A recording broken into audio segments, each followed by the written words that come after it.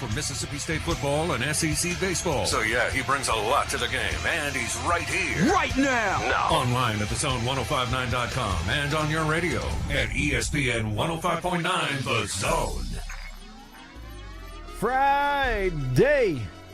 It is the Friday edition. Y'all have made it through another week. You're one step closer to some football, hopefully. Huh? Is that the way you're looking at it? Hey, tell the truth.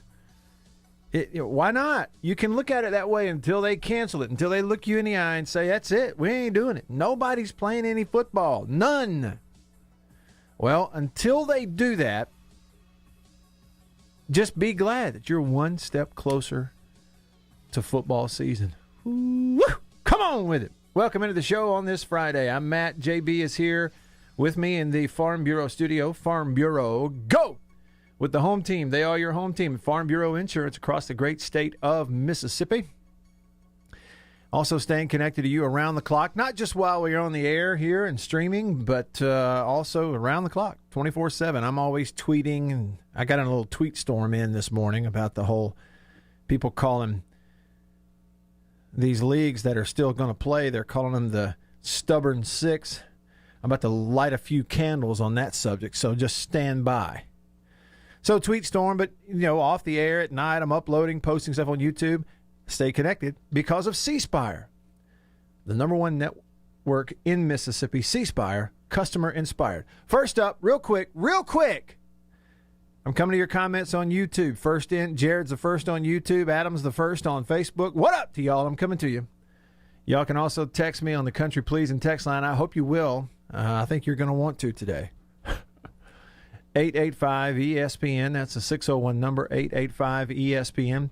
And call me on the Davini phone, 995-1059. That's a 601 number, 995-1059. Davini Equipment, Madison and in Jackson. You'll call that number, 995-1059. You'll talk to JB, and then you'll talk to me and everybody else on the air. It's pretty cool. Speaking of JB, what's happening? You made it to Friday. That's the good news. Yeah, buddy. Yeah, that's great news. As opposed to the alternative. Although I have had days in my life where I thought, if the Lord will come and just bring me to heaven right now, I'm okay with it. Me too. Today's not one of those days for you, is it? No, not really. Not really. But, I'm good to go anytime. Anytime? Yeah. Anytime, yeah. You better be ready. I ain't left nothing behind here. Well, you're not, you're going to leave it all. I'm enjoying life, but you know what? If it's all I think I believe in, then I should be ready to go. Right? That's it. That's not. Challenge your belief there.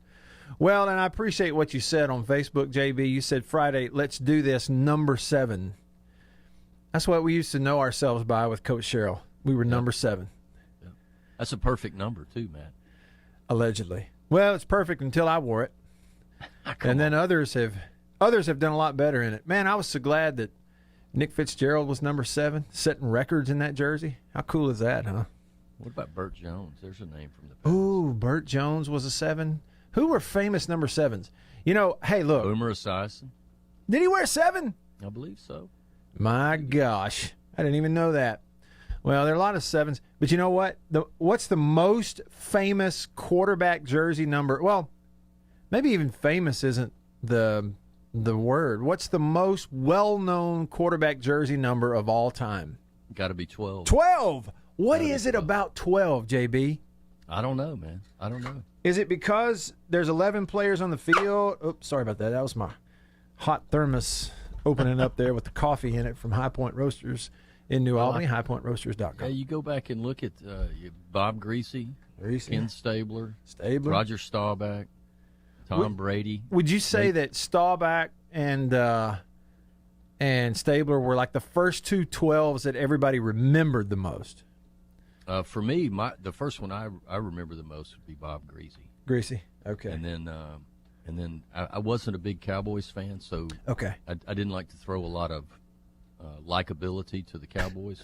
So I was a big Steelers fan, so Terry Bradshaw was my famous number 12. Man, 12. I mean, Brady's 12. I was so happy. Like, when I was a kid, I was happy. I've always been like, let's go against the grain sort of thing. That's one of the reasons I love Joe Montana is he came in there and goes, I'm not being 12. I'm 16. 16? Then he goes to the Chiefs, right? My team. I'm like, he's coming to my team. You're thinking you're going to get a 16 jersey. Nope, went 19. He went 19 with the Chiefs. He was always a little different in that way. Mm-hmm. In an era where every quarterback wanted number 12. Well, numbers are one thing, and I'm terrible at numbers.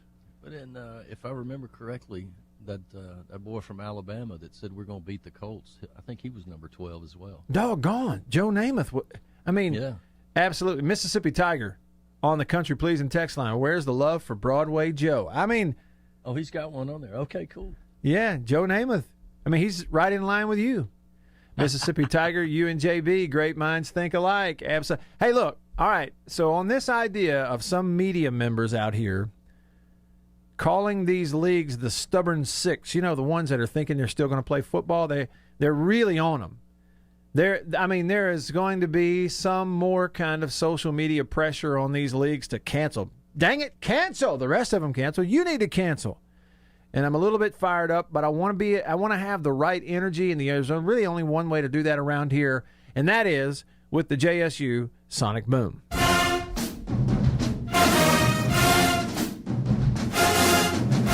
All right, so 3 things. Number 1, call me on the Davini phone. I gotta stop yelling, or I'm gonna lose my voice today. Call me on the Davini phone, 995-1059. Text me on the Country Pleasing text line. And the third thing is, Jackson, roll your windows down, turn it up to 11.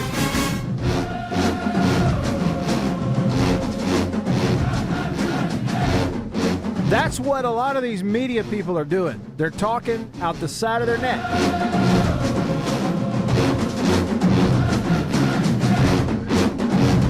Woo!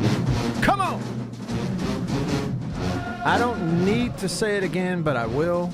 If this doesn't get your fire going, your wood's wet.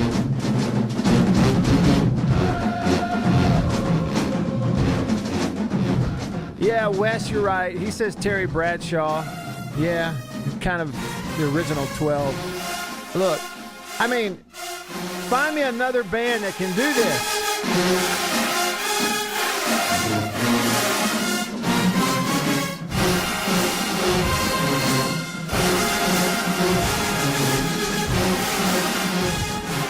Big finish. Here we go. Good gracious alive. The JSU Sonic Boom with the right energy for the show. All right, so Jared, hey to you. Going well. Thank you so much for tuning in on the YouTube live stream, youtube.com/Matt Wyatt Media. Adam, the first to comment on the Facebook live stream, facebook.com/Radio Wyatt. Hi to everybody on Facebook. My man Adam Watson, the Farm Bureau Insurance in Clay County.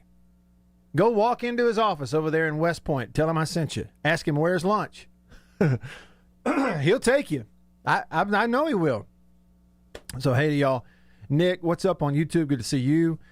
Joy, you say wrong colors with the hat. This is my blue and gray and red. It's my Buffalo Bills color Country Pleasing Sausage hat. So text me on the Country Pleasing Sausage text line at 885-ESPN. Good afternoon, Matthew. Jared said, looking forward to an awesome show today. Keep up the great work, boys. Thank you. We're going to do our best. Hi to Rick. Watching, he says, from Dixie. And then Wes, as I mentioned, Terry Bradshaw. Let's see here. We have an unnamed texter that says, sports media just as liberal as other media. Listen, I'm not doing the liberal conservative thing. This is what I'm saying is a lot of sports media in crunch time, when tensions are high, are doing the same thing that political media did and regular, news media did, and they are starting to shoot themselves in the foot by not being open-minded. They are cutting their own rope that tethers them to their audience by not being open-minded, by not being willing to look at all angles, by believing that their job is to tell everyone else how to think. That's not the job of the media. It never was. It never will be, because people don't want that. They never have.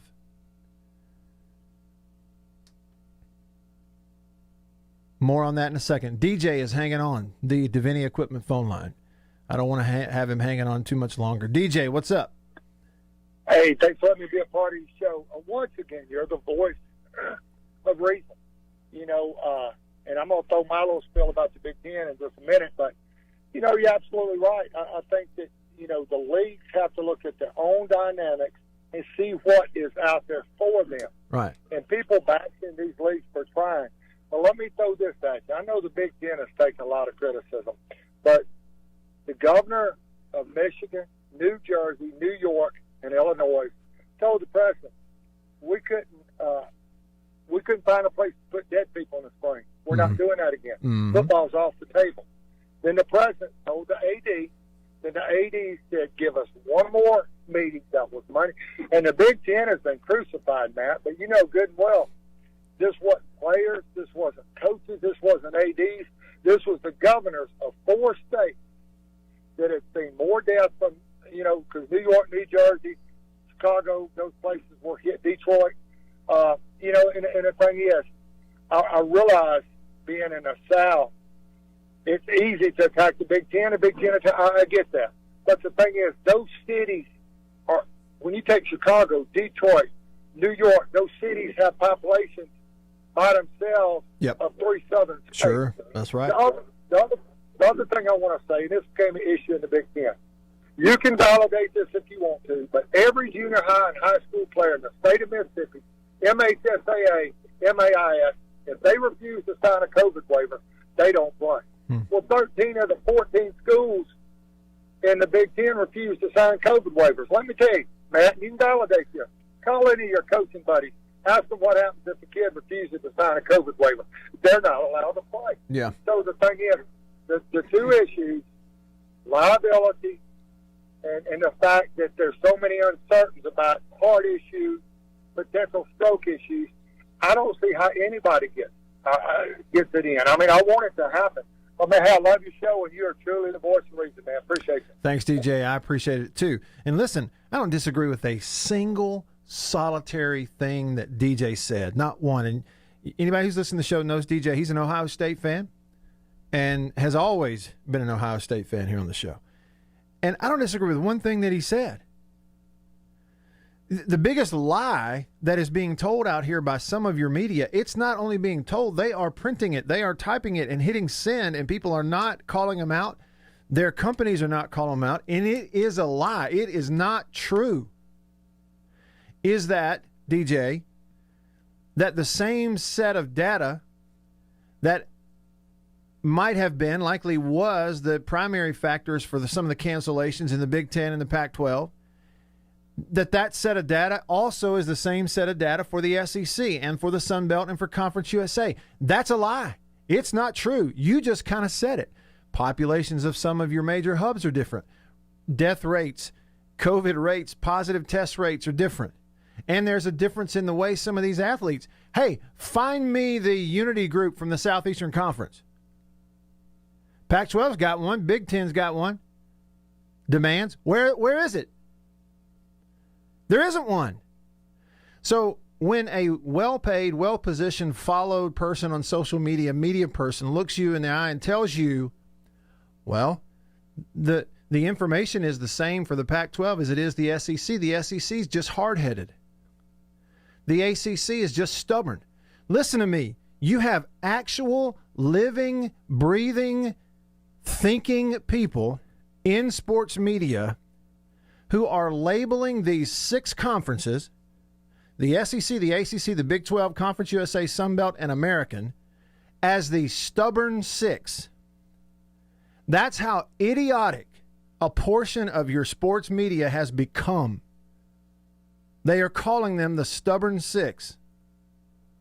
When, DJ, I don't believe that I should be out here hammering the Big Ten for canceling, slashing away at the Pac-12 for canceling their fall season. No, and I'm not going to do that. That'll make their decision. I don't know all the things that they're making their decision based on. You and I can talk about it, and we can kind of, agree that there are certain things going into it, but the specifics I don't know. But listen, these other 6, what are they doing? What are they making their decision on? Right. They're making their decisions on the same factors, but at a different time. I tweeted this today, and I believe this fully. And I'm calling it, it's just my personal choice, simply because you have some mushy head sports media idiots out here calling them the stubborn six. I'm calling them the respected six. I even made a hashtag. Yes, you did. Hashtag respected six. But listen, I said they may not play it down. They may not. They may cancel tomorrow, next week. They get into practice, they may cancel. We don't know. That's not the point. The point is their leadership in the SEC, ACC, Big 12, they are proceeding cautiously. They are proceeding responsibly. And they are weighing all the data in front of their face, in front of their nose right now, having never been through this before. They will, listen to me, listen up, SEC fans. They will cancel games when and if it is necessary. And I stand by this. These media members who are pinning the SEC to the wall, who are openly vilifying the Big 12 leaders and the ACC and calling them names, those media members ought to be, number one, ashamed, and number two, fired. It is irresponsible on their part. Fire them.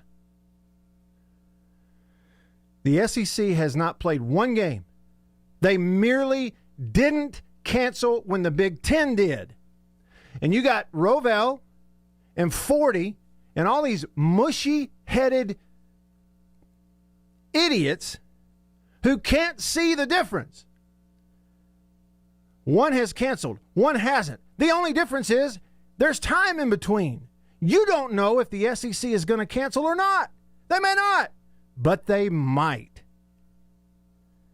They're going on the information they have now. DJ, talk about waivers. Okay, well, let's say that the SEC pops up and by Sunday there is a unity group of SEC players of, 100, 150, 200 SEC players who says, we're not signing waivers and we want the revenue. Well, they may cancel it on Monday. I don't know any of that.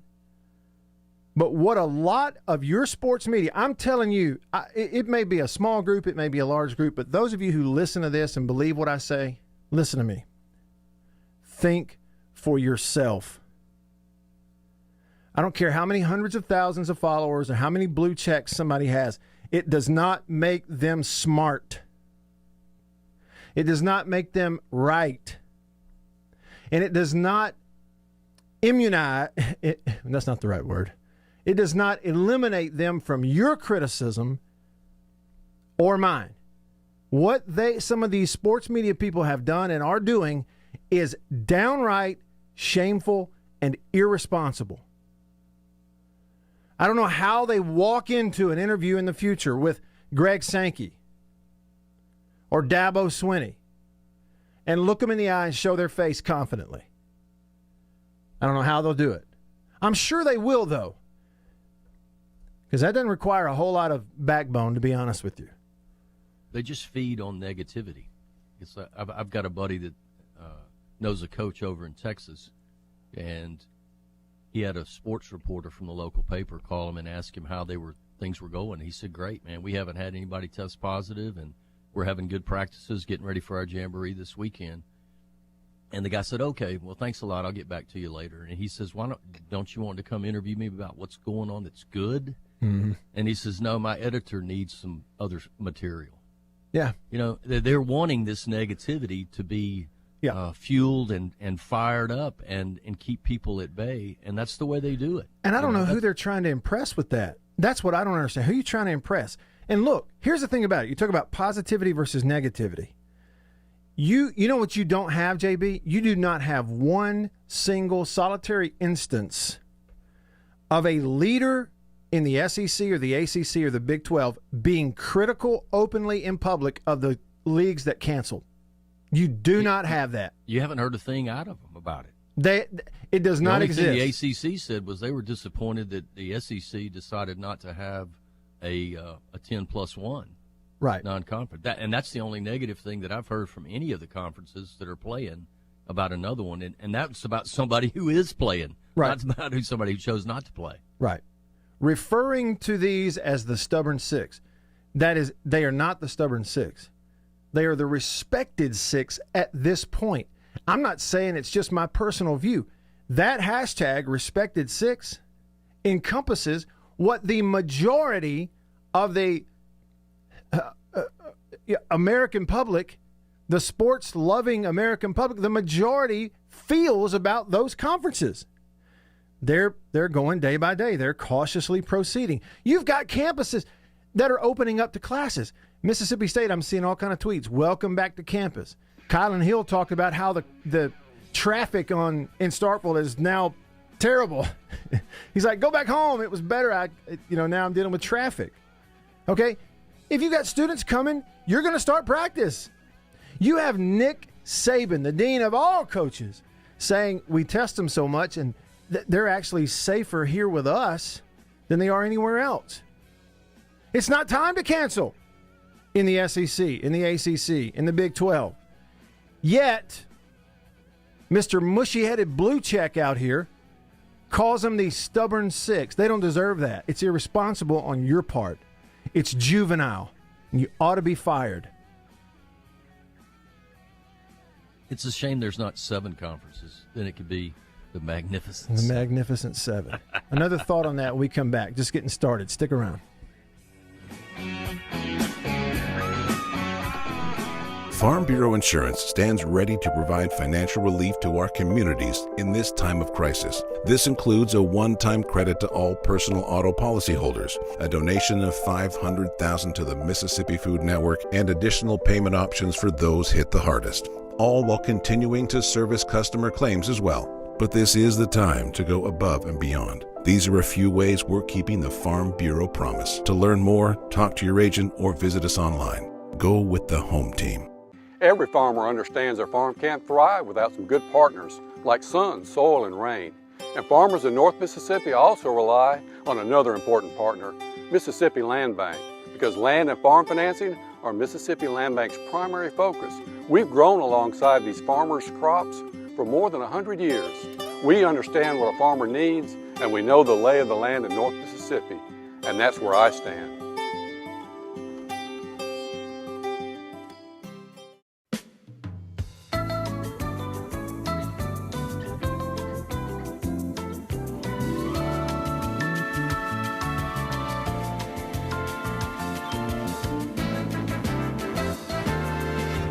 Bull. There's a lot of that out there in the wireless world. But C Spire believes that you deserve a plan that is what it actually says it is. Here's the real deal. The best plan for 1 or 2 lines. Unlimited talk and text with 10 gigabytes of high-speed data. And here's the real deal. $45 per line with auto pay and paperless billing. Even without auto pay, it's just $50. Now, how's that for the fine print? No bull. That's the real deal. Switch to C Spire today at cspire.com/real deal. C Spire, customer inspired.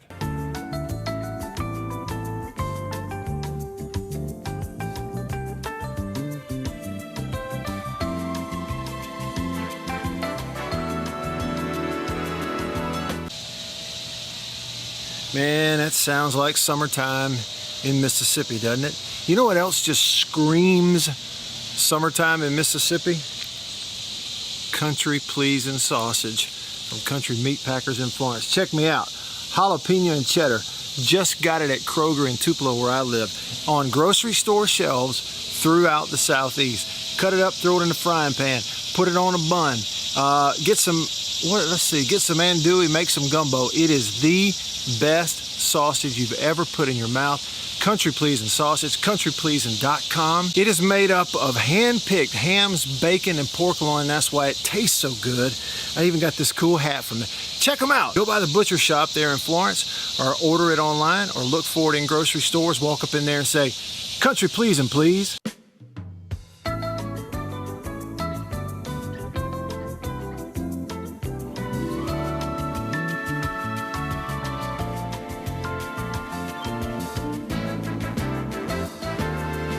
a lot of people in the equipment world, things kind of go in trends, I guess, if you want to say it.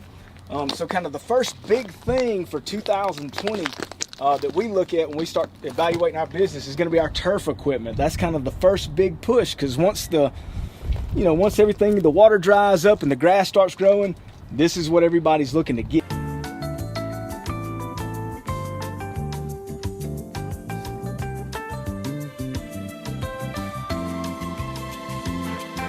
We carry the new Wright stand-up mower. Doesn't look like much and it's dirty as all get out. But this thing is, and it costs just as much as zero turn. Not a cheap unit at all. I mean, if you go out there and look at that zero turn, this thing right here, I mean, it's got all your components from your big pumps to your commercial engine to your large steel deck. And these guys were the first ones to make the standard mower. So you buying land or ESPN selling? 105.9 The Zone and streaming Check it out online now. at thezone1059.com. All right, back on the show. Y'all call me on the Davini phone, 995-1059. Hit me up on the text line, 885-ESPN. Text me. It's a 601 number, 885-ESPN. Let's see. Mr. A said the Rich Gannons of the world wore a number 12 jersey as well. Look, they all have. 12 is hands down, far and away, the most popular quarterback number. You know what's interesting, too, is like I used to keep up with all that when I was young.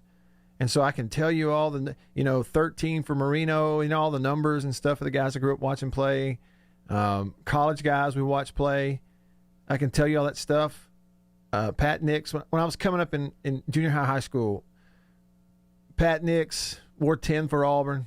Barker wore 7 for Bama. Todd Jordan wore 14 for State. Sleepy, what number did Sleepy wear? Was he 12? Plump wore 10. I think Sleepy was 15. Sleepy was 15. I think you're right.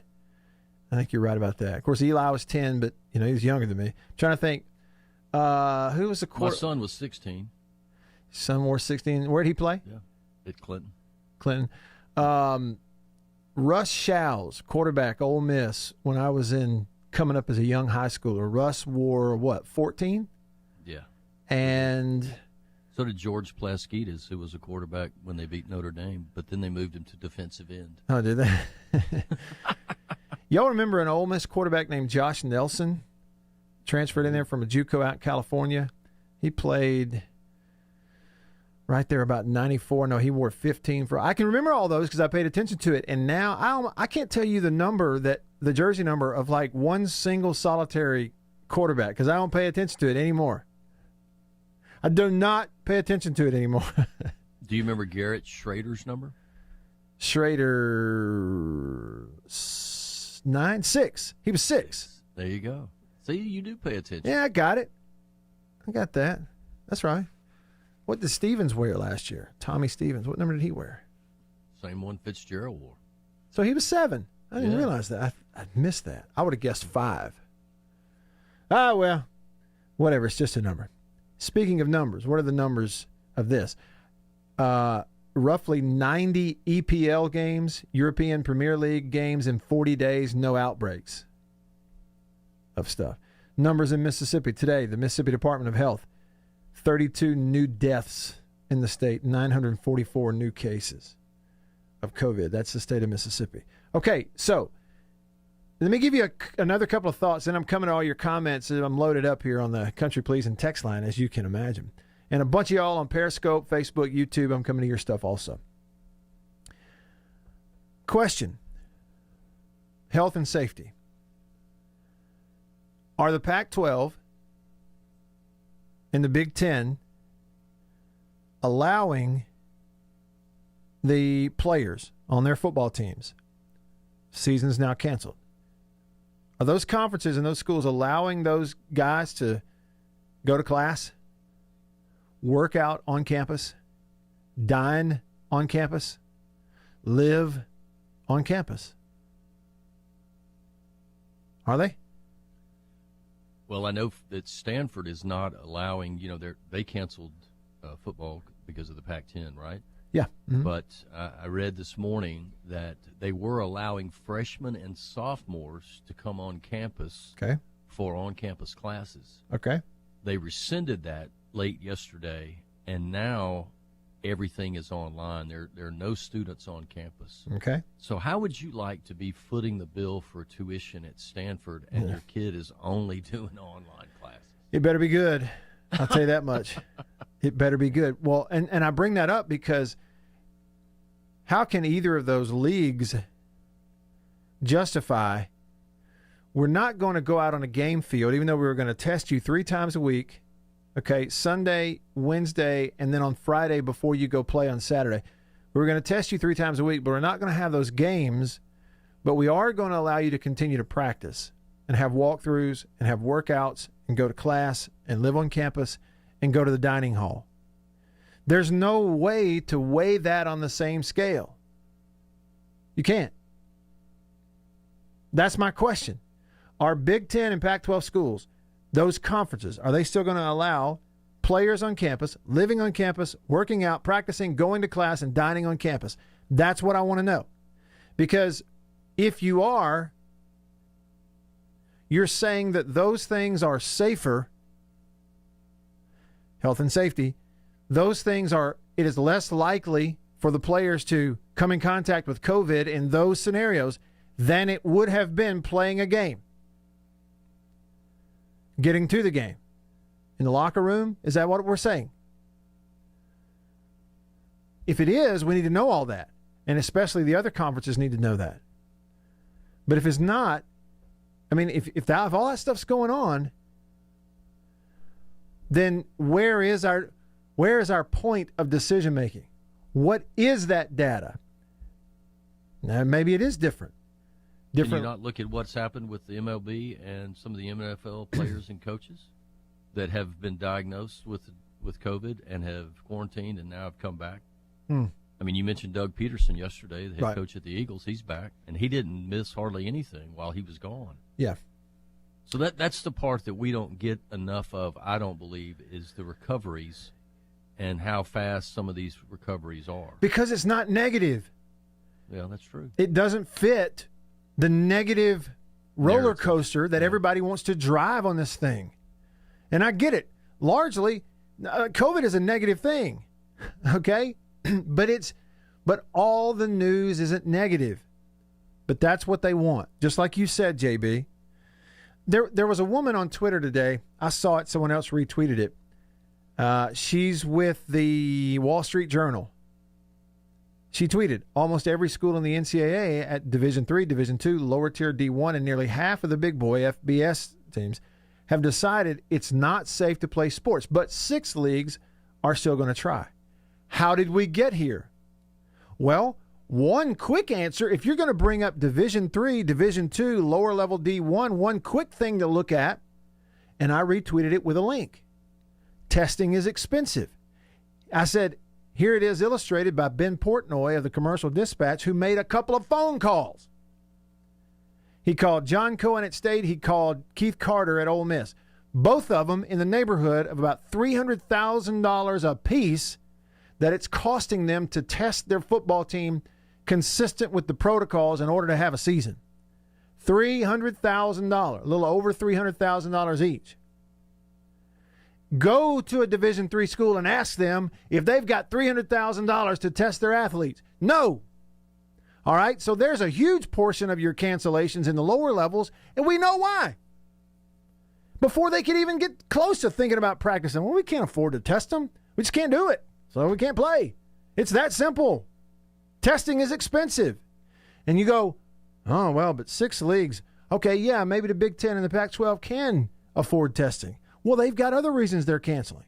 Jason in Flagstaff, who lives in Arizona, has been calling us, telling us, y'all, look, it's a little different out here. There's more deaths right around campus. All those schools are right on top of one another. I mean, Stanford, Cal, they're all in the same area. UCLA, USC. Right. You know, Arizona State and Arizona, not too far apart from one another. Right. And so all of this, let me get this back over here to the point that I'm making. The point is, nobody has a leg to stand on, legitimately, justifiably, to criticize any of these 6 leagues for continuing forward at this point. Nobody. I don't care if they have one Twitter follower or 1 million. There's not a single solitary person who has a leg to stand on to justifiably criticize the SEC, the ACC, the Big 12, Conference USA, the AAC, or the Sun Belt for proceeding to this point. It's August the 14th. The SEC, they don't play a game on the schedule until the 26th of September if it happens. You want them to cancel now. Why? Based on what? Because the Big Ten did it? No. Wake up. That's not how decisions are made, nor it's not how they should be made. Chris says, yes, sir, on Twitter. It's become political. Well, maybe it is for some.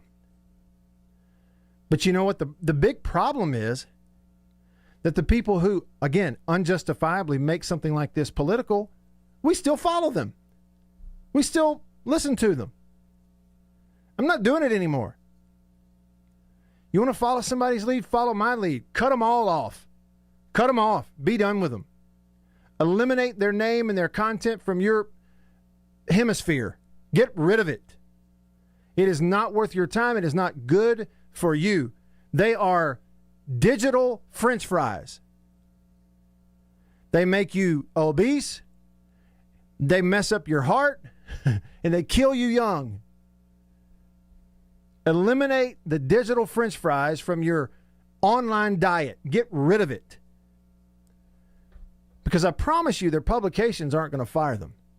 Although they would have 20 years ago for being idiots. Well, once again, Brown Hornet and Matt and Anthony and DB and Reservoir and Jason and everybody else, I didn't get to your text. I promise I'm going to get to your text next, okay?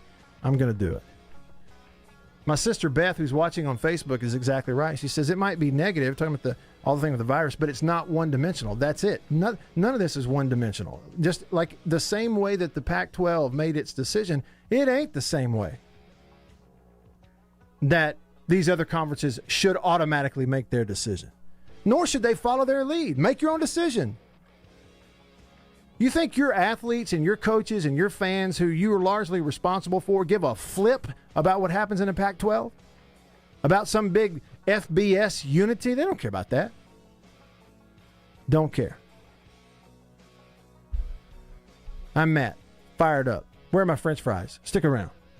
There's a lot of noise when it comes to 5G. We're 5G ready. Farm Bureau Insurance stands ready to provide financial relief to our communities in this time of crisis. This includes a one-time credit to all personal auto policyholders, a donation of $500,000 to the Mississippi Food Network, and additional payment options for those hit the hardest, all while continuing to service customer claims as well. But this is the time to go above and beyond. These are a few ways we're keeping the Farm Bureau promise. To learn more, talk to your agent or visit us online. Go with the home team.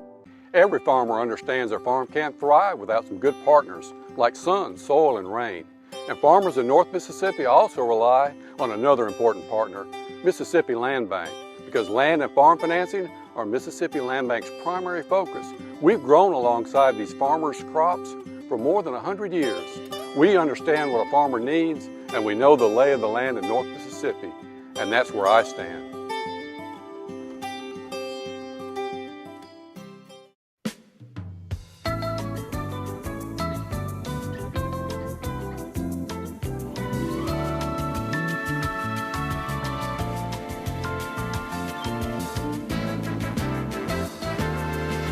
Bull.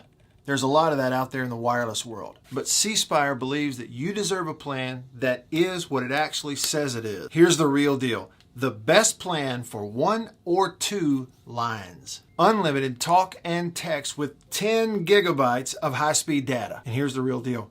$45 per line with autopay and paperless billing. Even without autopay, it's just $50. Now, how's that for the fine print? No bull. That's the real deal. Switch to C Spire today at cspire.com/real deal. C Spire, customer inspired.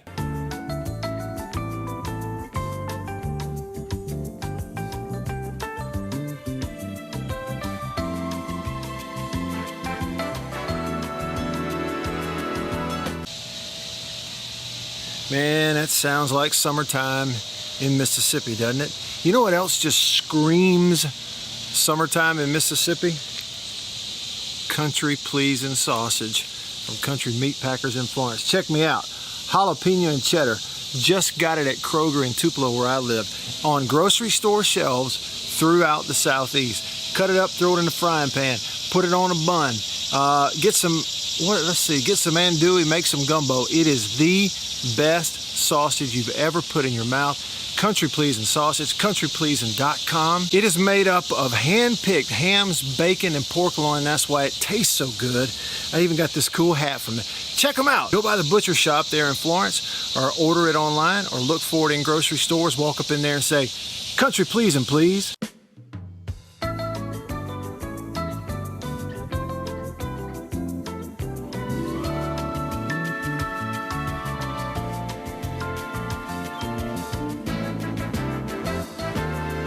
A lot of people in the equipment world, things kind of go in trends, I guess, if you want to say it. So kind of the first big thing for 2020 that we look at when we start evaluating our business is going to be our turf equipment. That's kind of the first big push, because once everything, the water dries up and the grass starts growing, this is what everybody's looking to get.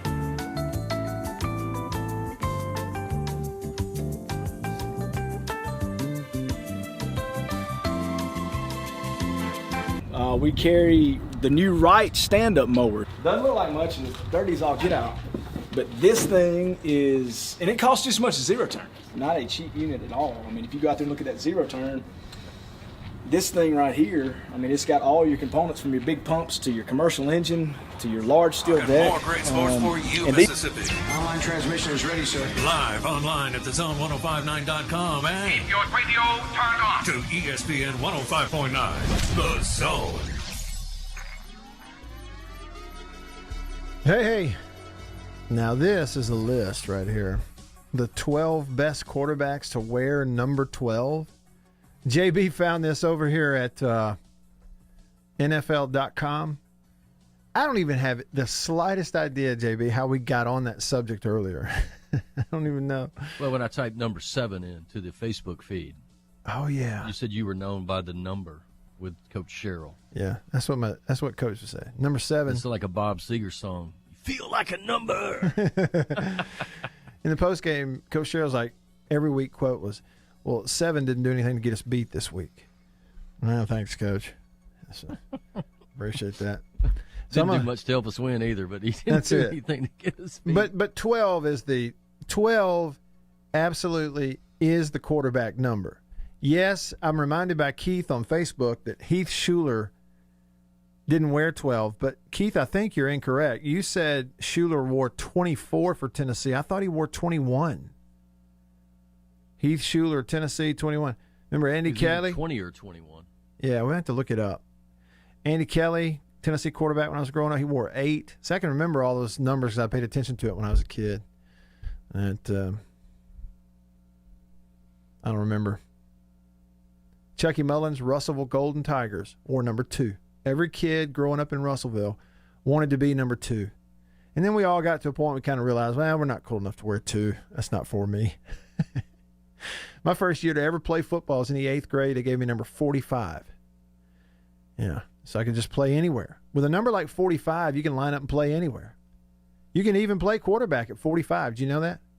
Found that out that year. Yeah, okay, so we confirmed it. Yes, Keith. Heath Schuler at Tennessee was 21. 21, and he wore number 5 for the Saints, number 5 for the Redskins. Yeah. That's right. And then he became a senator, right? Also, numbers.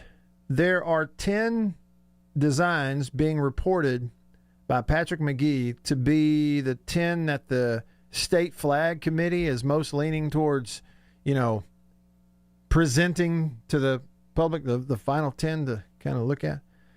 There's a whole lot of red and blue, different shades of red and white and blue, and there's stars and magnolias and, state outlines and stuff. But the one I love is the green one. I like the one that's different. If you guys see that on Twitter, look at Patrick McGee's from the Sun Herald. Also, Pat Smith Radio retweeted it. You can see the graphic. The one I like is the green and white one. It's number E1179. Choice number E1179. 2 green bars on the outside, white in the middle with the magnolia. I'd go, that's the one I like out of all of them, is the green and white one. Give me that one for the state flag. I'm sure it'll get the least amount of votes, but that's okay. And then on the list here, 12 best quarterbacks to wear number 12. Number 12, Arnie Herber. Never heard of him. 8,000 passing yards, 1939 NFL All-Star. Number 11, John Brody. 1970 NFL MVP. Number 10, Andrew Luck. Number 9, Randall Cunningham. How cool was Randall Cunningham running around that old Eagles uniform wearing number 12. Number 8, Joe Namath. Number 7, Bob Greasy. Number 6, Ken Stabler. 5, Jim Kelly. 4, Aaron Rodgers. 3, Roger Staubach. 2, Terry Bradshaw. And number 1, Tom Brady. I mean, it's the quarterback number. I'll tell you this, you go to the NFL, they give you number 12, you better be good. Because if not, somebody's coming along pretty quickly behind you and going to get it. I promise you. Look at those passing yards from those 12 guys. Yeah, most of them are somewhere between 27 and 32,000 yards. Right. And then you get to Brady, almost 67,000 yards. Yeah. Yeah. That's incomparable. Mm-mm. They don't count his stats anymore by yards. They do miles. You know, they might as well start that. All right, here we go. Let me back up here. Country Please and text line. Thanks for all your texts. It's 885-ESPN, 601 number, 885-ESPN. Brown Hornet said, Matt, forget touchdown passes and tackles. The biggest thing I'm going to miss and will miss this fall will be the sounds of the sonic boom. Me too. I can't believe that all the Jackson State fans, I mean, the band's not doing anything either, are they? They're taking the year off also. Matt Daddy says, free barbecue today at the Rankin County Sheriff's Department, 11 to 2. Free food for everyone. Showing our support for first responders, sponsored by Camp Law Firm and Char Pit Barbecue. Did y'all hear that? Matt says free barbecue today. Come on. You've got a little while left, too. They're open until 2 there at the Rankin County Sheriff's Department. Go have some for me. Anthony, hey, I'm going to put the bus on autopilot. I'll be back in a minute. I wondered that. In a minute, I'm going to go, hey, JB, and then it's going to be like crickets. Anthony from Tupelo, is it time for the SEC, Big 12, and ACC to grab up the American and break away from the NCAA to start their own association? No, in my opinion. Not time for that yet. Let's see how things go and get into next year. If you're in this same boat next fall, yes. Let's talk about it then, Anthony. DB said, data is just like numbers. It doesn't lie, but you can make it say whatever you want it to say. You can use the exact same data to make a case for and a case against anything. Reservoir Dog says, love it, Matt. He says, give them... We need to all fight back against the imbalanced toxic negativity. Yeah, and I mean, I'm not even saying that everybody needs to go crazy and like, I ain't wearing no mask and, and all this kind of stuff. Oh, that's not at all what I'm saying. I'm just saying in terms of what they expect us to consume, it beats anything I've ever seen. It's not, you're not even getting the whole story. You're not, as a fan, Reservoir Dog, listen, if you go to your typical big box sports websites, your typical big box sports media person Twitter account or something, you're not even getting the entire story of what is going on in our world. Like you're not even learning history accurately as it happens if that's who you're reading and following. Let me give you some examples. Okay? Let me get just a few examples here. I tweeted some of these earlier. Nick Saban, quote, he says, but our guys aren't going to catch the virus on the football field. They're going to catch it on campus. The argument then should probably be we shouldn't be having school. Why is it we shouldn't be having football? We shouldn't be playing football. Let me ask you something.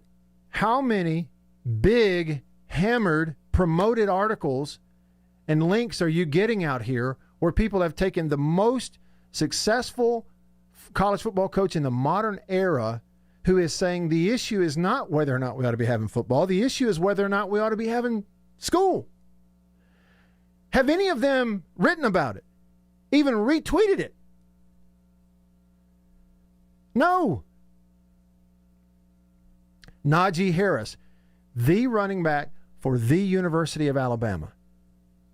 Quote, Alabama is doing everything they can to help keep us safe, and I honestly believe our football facility is the safest place for us. Y'all, give me a bigger quote than that. The number one running back on the number one program in America who says, we're safer over there. They're doing all they can. Who actually then said, if they'd let me sign a waiver, I'd do it. I hate to, but how many of the big box sports media journalists are writing about that? They're not even retweeting it. They don't want to. Trevor Lawrence, quarterback, Clemson. I don't know about y'all, but we want to play. You know what got the most attention from the biggest media outlets from that Trevor Lawrence quote and story? There were literally a few ACC athletes who spoke out and said, Trevor Lawrence doesn't speak for us. Those few got 10 times the amount of coverage from big media than Trevor Lawrence did. Mike Leach, quote, if we're going to cancel, I think we need to make sure the science holds it up. And if you look at the British Premier Soccer League, I'm not sure that it does. Have you seen that in Sports Illustrated? Have you seen that at ESPN.com?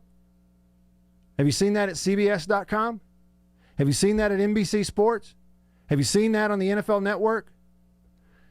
No, let me save you some time. No, you have not. And you won't. You've got to go find it yourself somewhere. Maybe that's a good thing. Maybe the big, mushy idiots at the highest level of this thing are training you slowly but surely to where to actually go get stuff. Content, news, and that kind of thing. Brian Kelly, head coach Notre Dame. Both students and student athletes, we are all in to see that we have a football season. They earned that trust in the 6 weeks leading up to the school starting. The head coach at Notre Dame can be positive, and you have to, as a fan, you have to go looking for it to find it. Let me ask you a question. If the head coach at Notre Dame had given a negative quote, would you have to go looking for it? Absolutely not. Retrain your habits. I'm doing mine, I promise you. Hour 2 coming up. Stick around.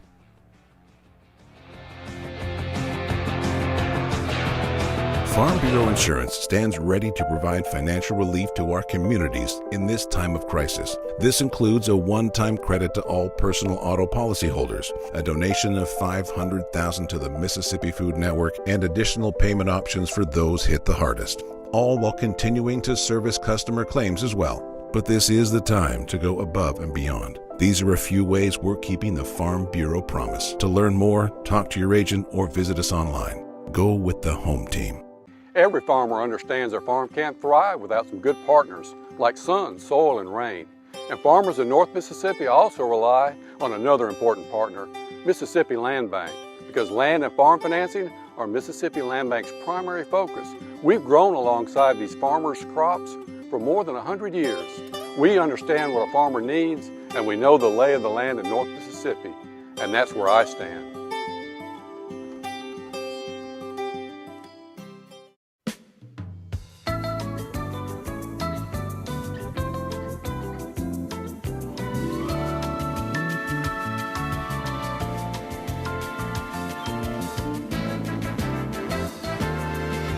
Bull. There's a lot of that out there in the wireless world. But C Spire believes that you deserve a plan that is what it actually says it is. Here's the real deal. the best plan for 1 or 2 lines. Unlimited talk and text with 10 gigabytes of high-speed data. And here's the real deal. $45 per line with auto pay and paperless billing. Even without auto pay, it's just $50. Now, how's that for the fine print? No bull. That's the real deal. Switch to C Spire today at cspire.com/real deal. C Spire, customer inspired.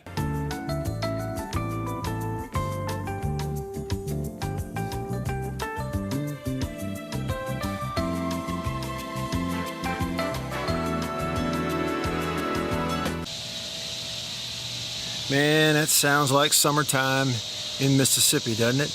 You know what else just screams summertime in Mississippi? Country Pleasing sausage from Country Meat Packers in Florence. Check me out. Jalapeno and cheddar. Just got it at Kroger in Tupelo where I live. On grocery store shelves throughout the Southeast. Cut it up, throw it in the frying pan. Put it on a bun. Get some andouille, make some gumbo. It is the best sausage you've ever put in your mouth.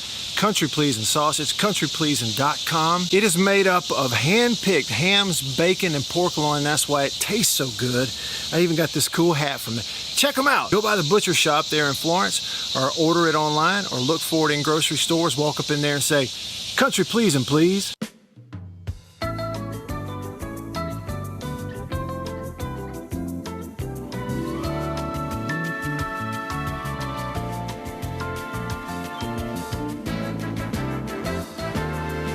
A lot of people in the equipment world, things kind of go in trends, I guess, if you want to say it.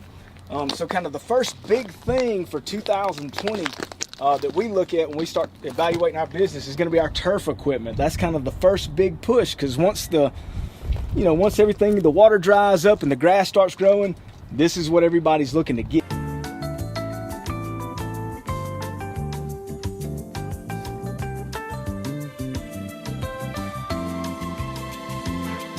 We carry the new Wright stand-up mower. Doesn't look like much, and it's dirty as all get out.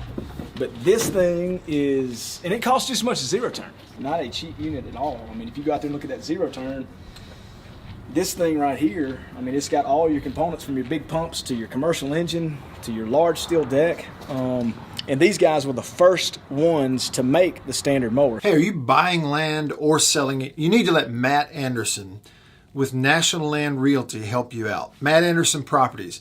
Here's what Matt can do. If you're buying land, you can view the property without ever setting foot on it. They've got the 360-degree interactive drone touring. It's really cool. You got to check it out. And if you're selling property, Matt's going to get you consistent reports, comprehensive reports of who's looking, how many people looked at your listing. You need to let him help you. Matt Anderson Properties with National Land Realty. Call him, 601-408-5155. Hey, if you listen to the show, you know that the new third hour of the Matt White Show is brought to you by Overstreet Properties in Starkville. Here's what you need to know. If you're looking for a weekend home or condo, full-time residence, investment property, maybe just an apartment to lease, you got a student going to school at State, call Kane Overstreet at Overstreet Properties. In Starkville, it's 323-8618, or look them up online, overstreetproperties.com.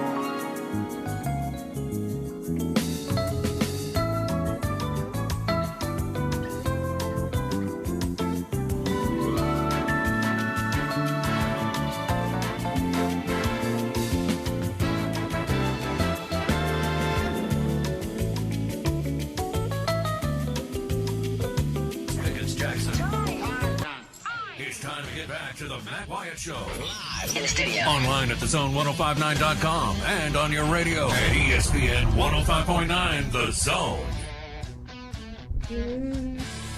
Hey! Hour 2 off and running. Thanks for hanging in there with me today on this Friday. If you're just tuning in, welcome. Welcome to you. Thanks for tuning in. I'm Matt. JB is here also with us in the Farm Bureau studio. Farm Bureau Insurance. Go with the home team. They are your home team at Farm Bureau. JB's driving this bus. He's going to get you safely up to the front door of the drive with Jake Wimberly coming up at 3 o'clock. So a couple of hours left with you here, and we got a lot of ground to cover. So hit me up. Call me, text me, comment on the Facebook, Periscope, or YouTube live stream. We'll get it in there. Shoot. Jason, if you're listening, I know you were hanging on. We lost you. I didn't want to get you in that last one without enough time to get your comments in. So call me back if you get a chance, Jason. Love to hear from you today. On the Davini Equipment phone line, Davini Equipment in Madison and in Jackson, your Kubota dealer. It's 995-1059, 601-995-1059. That's the number to call.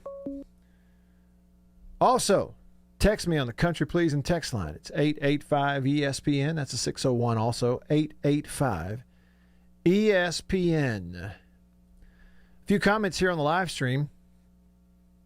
Pat earlier over on Periscope said, I think Wuhan is more prevalent at the neighborhood Walmart than the weight room. Yeah. Now let's think about that a minute. Okay. And just so that everybody's sensitivities and everything and leanings are protected here, let's just call it COVID. All right. COVID-19 more prevalent at the neighborhood Walmart than in the weight room. I'll tell you what we're going to do right now. And we're going to think about that, and then we're moving on, okay? Because I want to talk about the 2014 Egg Bowl. Now, every State fan just went, what? Like record scratch.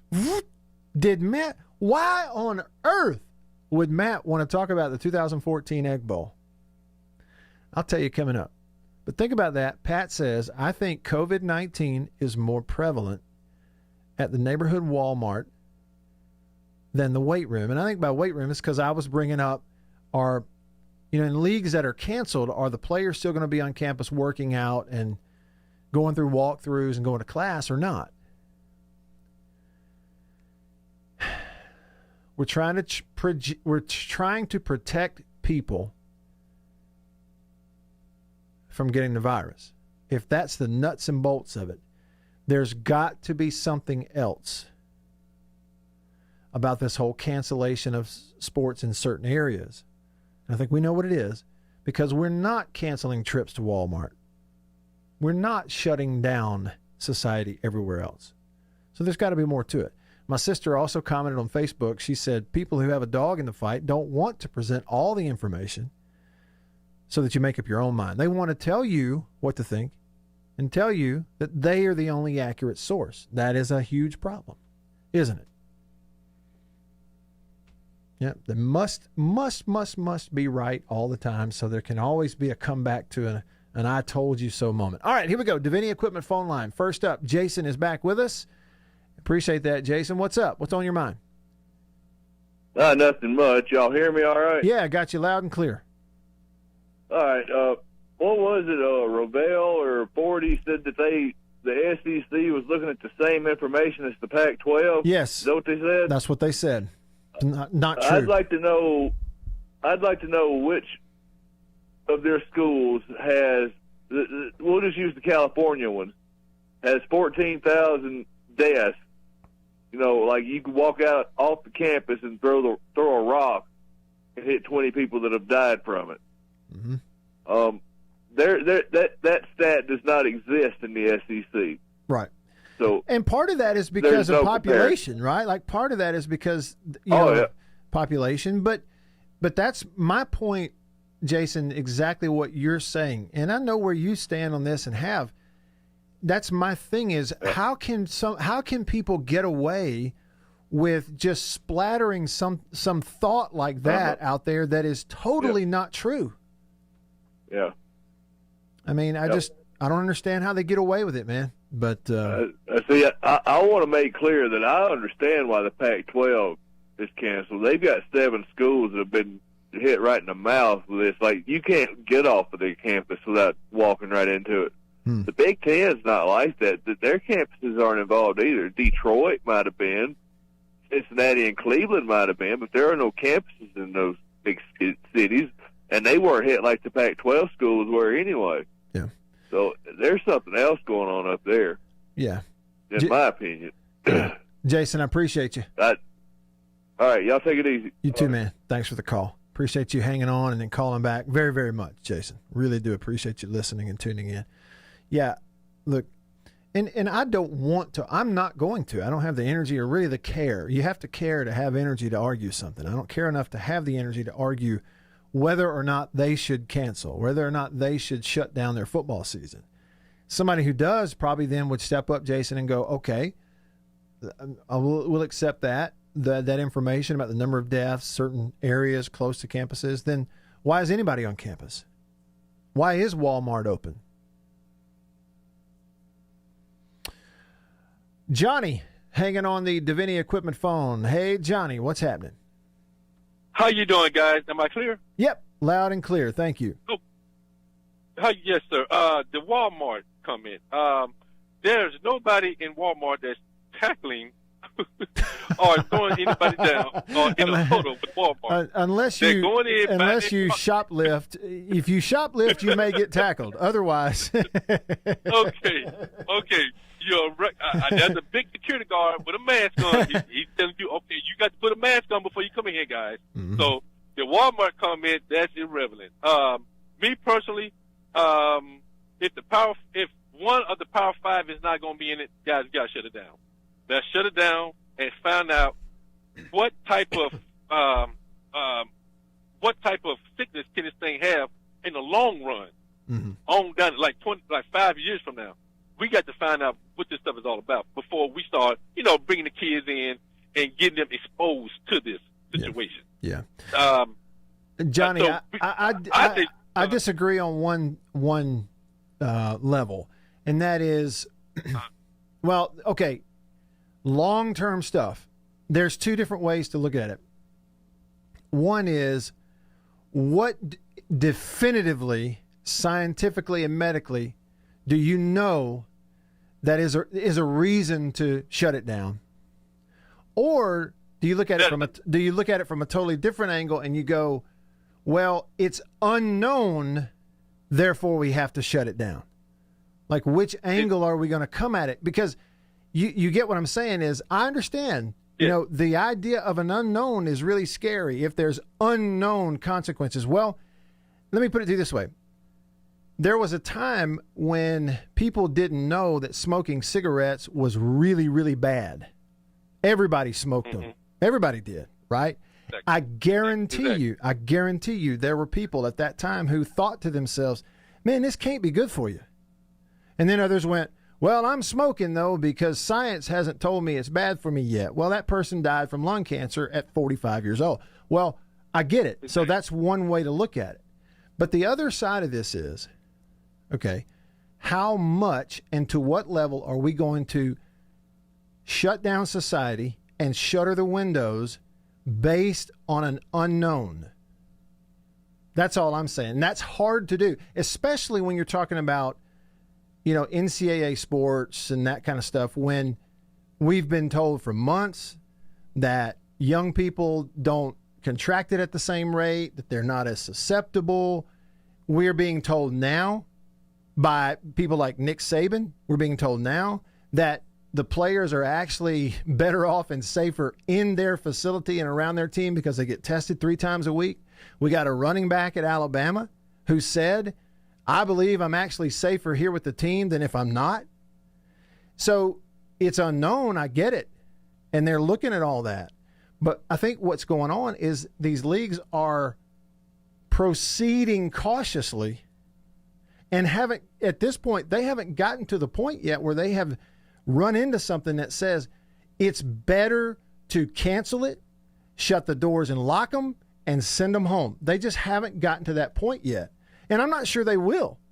And the other thing I disagree with too, Johnny, is I don't understand, and you may want to explain it. I don't understand why one league canceling means that the others should also. Because of the Power Five. There's no way you can pick a legitimate champ without 5 of those guys being in there. That's just my opinion. Believe me, guys, I need some football myself. My legs are shaking.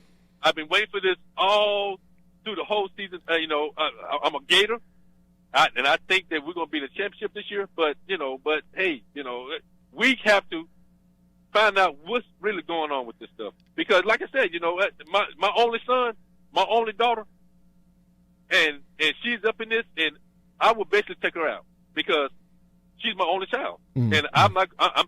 And I won't jeopardize that for anybody. Yeah. And I can certainly understand that. Yeah, I can certainly understand that for sure. We have a 9-year-old, and she's scheduled to start school on Monday here, and it'd just be lying as a parent to say that we don't worry. I guess that's the thing, but maybe there's no way to avoid that. Johnny, appreciate you listening. Thanks for calling, okay? Call me anytime. Do we still have Harold, JB? Is he hanging on? Yes, sir. Let's do it. Harold on the Davini Equipment phone line. What's up? Hey, I'm calling from Tallahassee, Florida. Oh, hey. Okay. Hey. Seminole country. Hi. Yes, sir. What I wanted to say was there have been people that have recovered from this disease, but it seems like the treatment that they have received or drugs that they got has been kept quiet. So why don't we, wanting more knowledge put out? I realize this is probably not the type of program on that, but that's, people have recovered from this disease, but the treatment they receive, I guess, has been kept quiet. And I saw recently that been more deaths in the U.S. than third world countries. But these third world countries have been taking that drug. Yeah, I get the hydro part too. I don't know about the rest. I can't say the rest of it, much less right. But yeah, Harold, I don't really know. I guess to a fault, I look at everything through a sports lens. On the medical side of it, I don't really know. I haven't gotten into that fight. Don't have a ton of information on it. But, maybe there is, some truth to that. Hey, I appreciate you listening, and thanks for calling. Thanks for listening in Tallahassee. Call me anytime. Earlier, I said to get rid of the I said get rid of the digital French fries because they're bad for you. I don't know where that analogy came from. It just popped in my head, and boom, out it came. Patrick said, but man, I love my French fried taters. Well, they taste good, but they're not necessarily good for you. Patrick says, I agree 100%. They try to compare it to the Spanish flu. You cannot compare the Spanish flu with 113 million population to the coronavirus of 331 million population. So we've tripled the population in that 100 years. Of course, there are going to be more cases and deaths. Keep preaching, Matt. Maybe these people will wake up before it's too late. Seriousness of it? Sure. Is it a real thing? Yes. Is it killing people? Yes. There is no vaccine. They're still trying to figure. It's dangerous. It's scary. All these things. But there is a way to approach this that some aren't approaching it. And what I started today was just simply in everything that we all agree on, this gigantic unknown treatments. We don't know about that. We just had somebody from Tallahassee, Florida call who's wondering about treatments and this medicine. Nobody knows anything. Nobody has a handle on it. So it's this giant unknown. Yet, in the same way that some people unjustifiably pin the Big Ten and the Pac-12 to the wall for canceling their season, which you can't do, you shouldn't do. Certainly, the big media entities who have some big voices shouldn't be out here pinning the SEC and the ACC to the wall for trying to keep going right now. It's totally irresponsible on their part. It's wrong, is what it is. You got something, the something in the cogs blocking the thinking process for those people who are doing that. Matt Daddy with an update. Sorry to say the free barbecue event is ending early due to heavy rain. You know what's weird, Matt Daddy? Up here in North Mississippi, like before we came on the air at noon, the bottom fell out. Huge, gigantic rainstorm here, just flooding.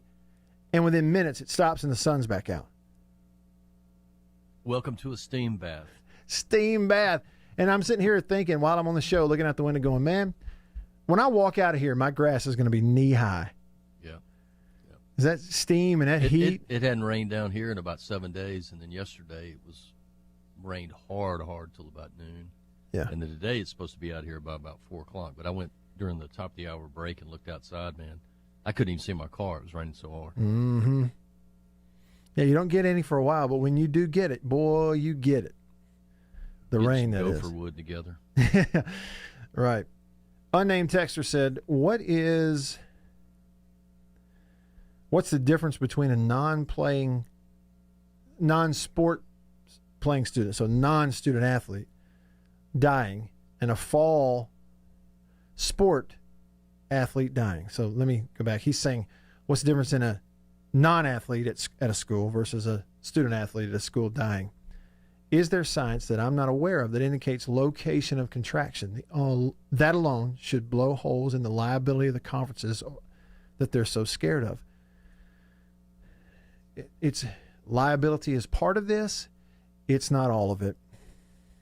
Somebody texted in and said the flu kills far more. I don't think that's true. DB says you can always shut it down later at any time. That's exactly right. Eric on the text line says, Johnny wants to shut it down for 5 years. Football's not been shut down due to CTE, and we know a lot about those effects. Heart issues exist in many viral infections. Most heal themselves naturally with no issues. Let's play ball. And that's the thing about it.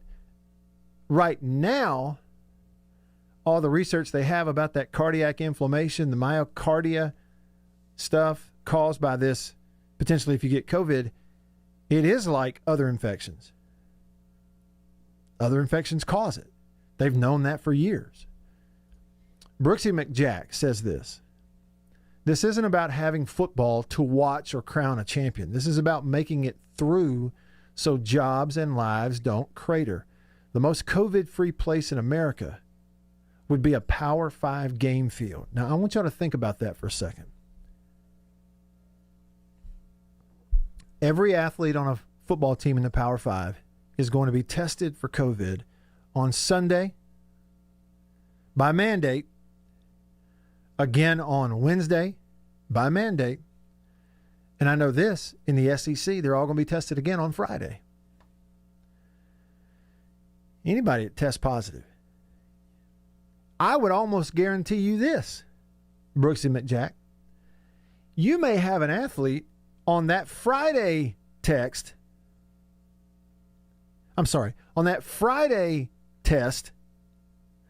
that doesn't test positive, but is coughing and sneezing with a runny nose and feverish, but he didn't test positive on Friday, and they're not going to put him out there. By the time those teams run out there in a Power 5 field on Saturday, I'm willing to agree with you. Brooksy, it'd be the most COVID-free place in America. Res Dog, there's a flu vaccine, yet 50,000 still die every year. Jason, LOL.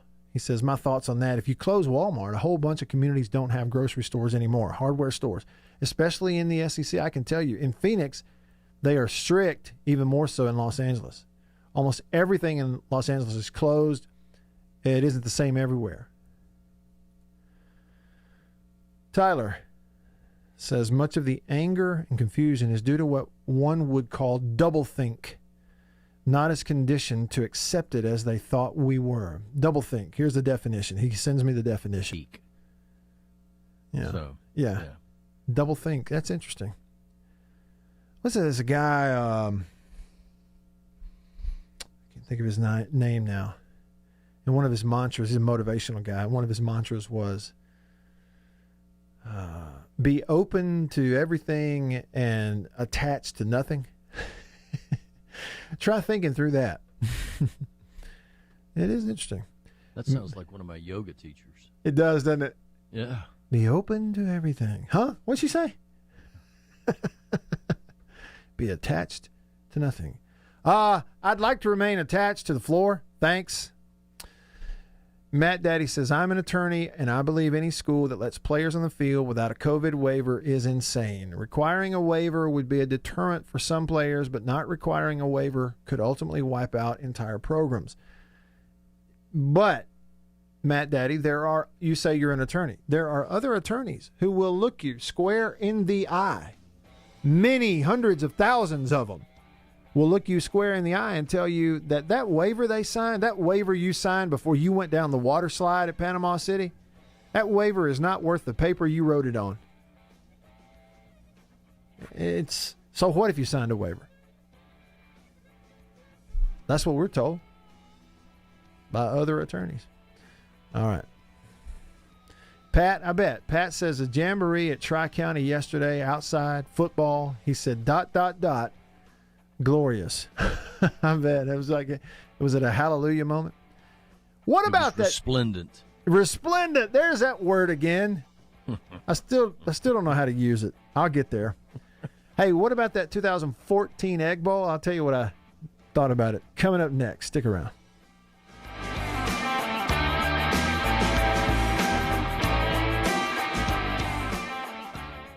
Farm Bureau Insurance stands ready to provide financial relief to our communities in this time of crisis. This includes a one-time credit to all personal auto policyholders, a donation of $500,000 to the Mississippi Food Network, and additional payment options for those hit the hardest, all while continuing to service customer claims as well. But this is the time to go above and beyond. These are a few ways we're keeping the Farm Bureau promise. To learn more, talk to your agent or visit us online. Go with the home team. Every farmer understands their farm can't thrive without some good partners like sun, soil, and rain. And farmers in North Mississippi also rely on another important partner, Mississippi Land Bank, because land and farm financing are Mississippi Land Bank's primary focus. We've grown alongside these farmers' crops for more than 100 years. We understand what a farmer needs, and we know the lay of the land in North Mississippi, and that's where I stand.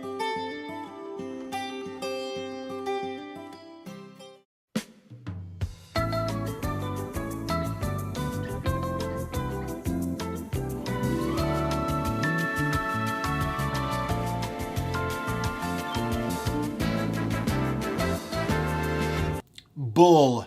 There's a lot of that out there in the wireless world. But C Spire believes that you deserve a plan that is what it actually says it is. Here's the real deal. The best plan for 1 or 2 lines. Unlimited talk and text with 10 gigabytes of high-speed data. And here's the real deal.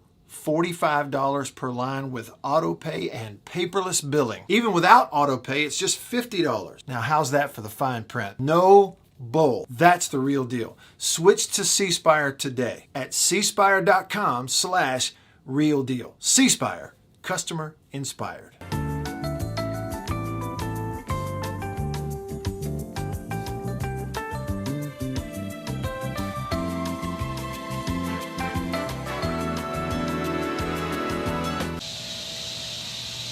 Man, that sounds like summertime in Mississippi, doesn't it? You know what else just screams summertime in Mississippi? Country Pleasin' Sausage from Country Meat Packers in Florence. Check me out. Jalapeno and cheddar. Just got it at Kroger in Tupelo where I live. On grocery store shelves throughout the Southeast. Cut it up, throw it in the frying pan. Put it on a bun. Get some andouille, make some gumbo. It is the best sausage you've ever put in your mouth. Country Pleasin' Sausage, countrypleasin.com. It is made up of hand-picked hams, bacon, and pork loin. That's why it tastes so good. I even got this cool hat from it. Check them out. Go by the butcher shop there in Florence, or order it online, or look for it in grocery stores. Walk up in there and say, Country Pleasin', please.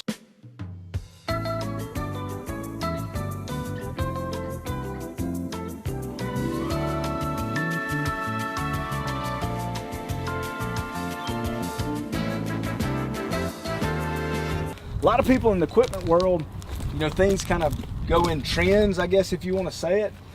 So kind of the first big thing for 2020 that we look at when we start evaluating our business is going to be our turf equipment. That's kind of the first big push, because once everything, the water dries up and the grass starts growing, this is what everybody's looking to get.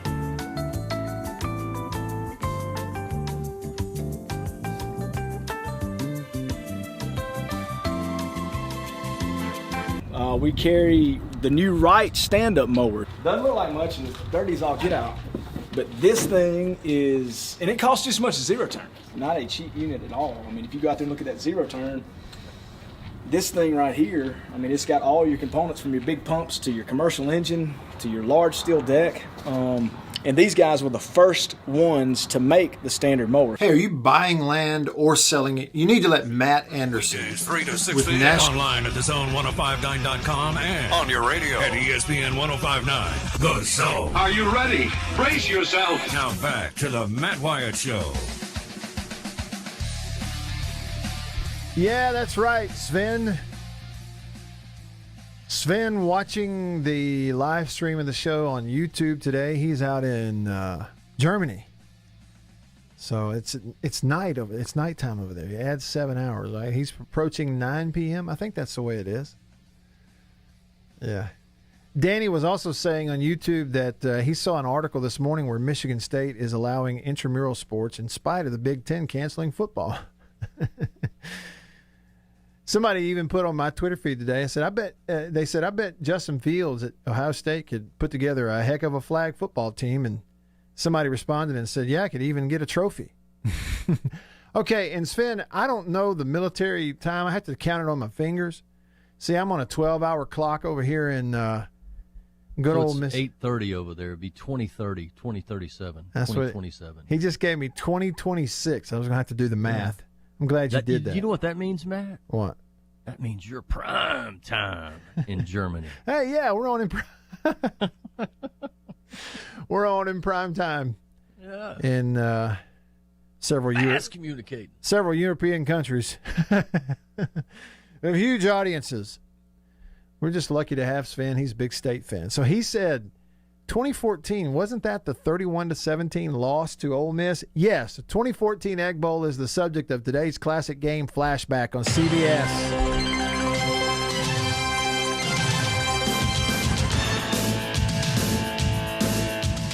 Here's how that came up, all right? Here's how that came up. Yesterday we were doing the first classic game flashback. It was a 2014 Mississippi State versus Kentucky game, and the performance in that game that was so important from Josh Robinson in a game that was so important that people have kind of forgotten how it was important. Everybody looks back to the LSU game that year for State, and they look back at the Auburn game for State, and they forget how important that Kentucky game, because that was the first one out of the chute as the number one team. Anyway, there's a nice film study about that game, the one we talked about yesterday, on my YouTube channel if you want to check it out. Well, that's why, because, we brought it up, and Mad Mail Person yesterday, who's an Ole Miss fan, he said in there, well, Dak was always overshadowed during those years by Ole Miss. I kind of disagree. I thought, in terms of overshadowed, I don't think that's true unless you're an Ole Miss fan. But it is true that game, the 2014 Egg Bowl, Ole Miss's win in that game kept Mississippi State out of the college football playoff that first year, as it were. State wound up a 10-win team as opposed to an 11-win team, right? They would have been 11 win. If they could have won it, they'd have been 11 wins, and they're only lost by 5 points in Tuscaloosa. They probably put them in, given some of the other dominoes that fell. And so I thought this morning, as I'm up working out, I thought I'm going to look at. I have not watched the 2014 Egg Bowl in many years. Well, it can only be so many. Yeah. I think maybe I watched the replay a couple times. Anyway, went back and watched it this morning. And there were so many things in that game that jumped out at me, but I think another one is individual performances in that game that so many people maybe have forgotten that were huge. But a couple of key plays, and then one key matchup in that game that was so huge. And you're right. Sven said that they had this great third quarter. They did. If you look at the scoring in that game, again, 2014 Egg Bowl, going into that ball game, Ole Miss was 8-3. State was 10-1 and ranked 4th in the country in the college football playoff going into that game. Ole Miss scored first, 7-0. State comes back, gets a field goal in the second quarter. It was 7-3 Ole Miss at halftime. Low scoring first half. Weird. But, for State fans, it was certainly odd because your offense was really limited. The only other team who'd been able to do that was Arkansas, and that was when Dak was banged up, kind of hurt. So you come out in the third quarter, and what happened? Right off the bat, when State got the ball, they went on a 3-minute drive, went down the field in 9 plays. Dak punched it in. State went up 10-7. 10-7 to start the third quarter. And I remember everybody in the stadium, it seemed to think, okay, here it comes. We kind of know what we've known about this guy and this offense. Here it comes, right? Well, that's not what happened. Immediately, Ole Miss got the football, and it took them 4 plays to answer that score and retake the lead. The reason it took 4 plays is because they had this huge pass play from Bo Wallace to Evan Ingram. Robert Conyers in at center now. This one, oh boy! Evan Ingram is off to the races. Evan Ingram at the 10, down at the 2. You got to have a guy that can throw strikes. It was a vertical route up the seam to Evan Ingram, who lined up at tight end on the line of scrimmage. Y'all really ought to go back and watch this. But you'll remember Ole Miss scored first in the game, right? Like I told you, they had a touchdown in the first quarter in that Egg Bowl. Well, they went down there and scored, and it only took 2 plays because on first down, what'd they do? They hit this long pass play to Evan Ingram, who got caught and tripped up at like the 2-yard line. Well, here was one in the third quarter, the same thing. They hit him. He runs it all the way down, gets tripped up at the 2-yard line. But what it was is the guy who was covering him on that particular formation, what Ole Miss did is they, like if I'm the quarterback, they put Evan Ingram at the tight end position to the left on the line of scrimmage, like a traditional tight end position. And then all the other receivers were out to the right. So he was to the left of the formation all by himself. Well, State before the snap was kind of confused there. And you could see him like moving around, pointing, trying to figure out who's supposed to cover this tight end and pass. They moved him around. They were in nickel. And in the game as the nickelback was Will Redmond, who's still playing in the NFL. I think he's with the Packers now. Really good ball player, but a corner by trade. Well, it put Will Redmond as the nickel in the slot, and he was supposed to cover Evan Ingram. Ingram released off the line of scrimmage, running vertical up the seam, and then gave a little tip of his head to the outside, like just a little flinch to the outside, like he was going to run to the sideline. And when he did that, Will Redmond spun all the way around 360 degrees like thought he was going out there. Totally got spun around, and Evan Ingram then went back vertical and was all alone, wide open. Bo Wallace throws it to him on a rope up the seam, and the middle linebacker, Beniquez Brown, was literally 2 to 3 inches from batting that pass away and just barely missed it. And when he missed it, there's nobody left. Ingram catches it, and now it's a foot race from one end of the field to the other. The guy who caught him was Will Redmond, who got spun around to begin with. He ran him down and tripped him up at the 2-yard line. But anyway, Ole Miss punched it in. And the names, that was a thing too, going back and watching the game. The names that jumped back out at me from that ball game that I hadn't thought about in forever. So that was Ole Miss going down there in the third quarter to retake the lead. They were down 10-7, 4-play scoring drive. Well, the guy who scored was Jeremy Liggins. Y'all remember Jeremy Liggins? You know, the big quarterback from Lafayette County. I remember covering him in high school. Big 300-pound quarterback. That was a huge 300-pound quarterback. You know what they did? He scored the touchdown there on a direct snap, punches it in. And on the extra point, he lined up at tight end. Mm-hmm. On the tight, and so they retook the lead 14-10. They got a field goal later. And then, late third quarter, they got the football on their own 9-yard line, ran one play, a toss sweep to the right to Jalen Walton, and y'all remember he reversed his field. It was incredible. First down 10. Toss. Very good pressure defensively. This is Walton. Oh my goodness. Oh, my goodness. It's a foot race, and Walton is going to go all the way.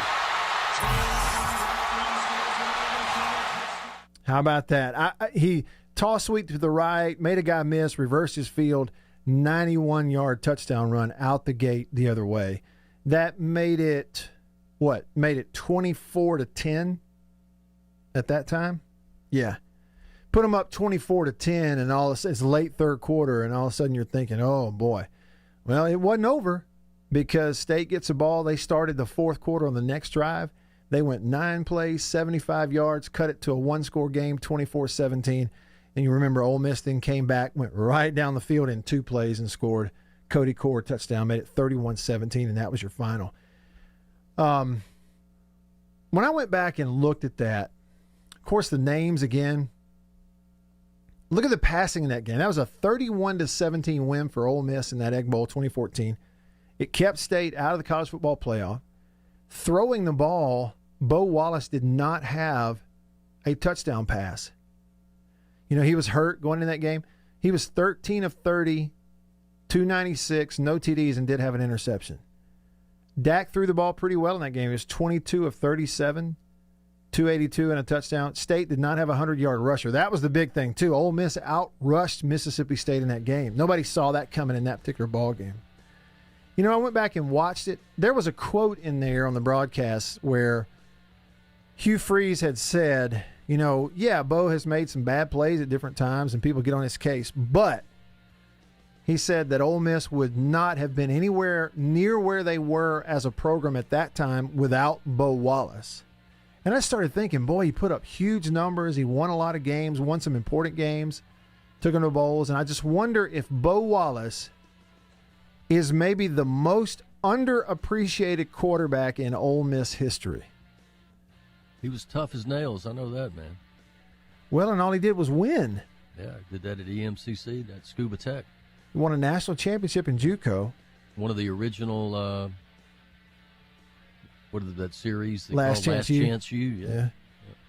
All right. He may be the most underappreciated quarterback in Ole Miss history. There's a lot of noise when it comes to 5G. We're